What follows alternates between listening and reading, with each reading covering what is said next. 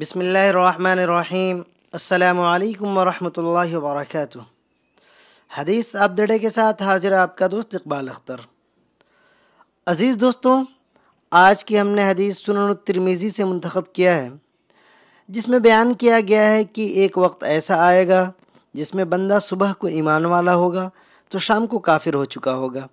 ایسے فتنے اور ایسی آزمائشوں کا سامنا ہوگا کہ لوگ ایمان پر قائم نہیں رہ پائیں گے۔ آج بھی اس کا آپ مشاہدہ کر سکتے ہیں کہ لوگ معمولی و حقیر دنیا کے لیے، جس کی حیثیت اللہ کے نزدیک مچھر کے پر کے برابر بھی نہیں ہے، دین اسلام کو چھوڑ رہے ہیں اور اپنے دین کو دنیا کے بدلے بیچ رہے ہیں۔ تو حدیث سماعت فرمائیں۔ سنن الترمذی ابواب الفتن، حدیث نمبر 2195۔ حضرت ابو ہریرہ رضی اللہ عنہ روایت کرتے ہیں کہ رسول اللہ صلی اللہ علیہ وسلم نے فرمایا، تم لوگ نیک اعمال کی طرف جلدی کرو، ان فتنوں کے خوف سے جو سخت تاریک رات کی طرح ہیں، جس میں آدمی صبح کے وقت مومن اور شام کے وقت کافر ہوگا، شام کے وقت مومن تو صبح کے وقت کافر ہوگا۔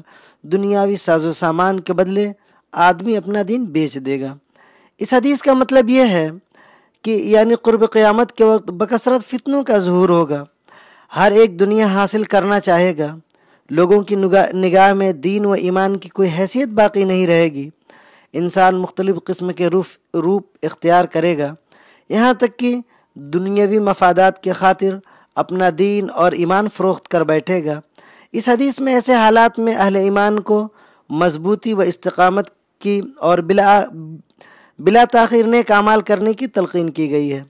اللہ تعالی ہم سب کو ان فتنوں سے محفوظ کر رکھے اور فرمان نبی صلی اللہ علیہ وسلم کی روشنی میں دین اسلام پر چلنے والا بنائے۔ آمین۔ السلام علیکم ورحمۃ اللہ وبرکاتہ۔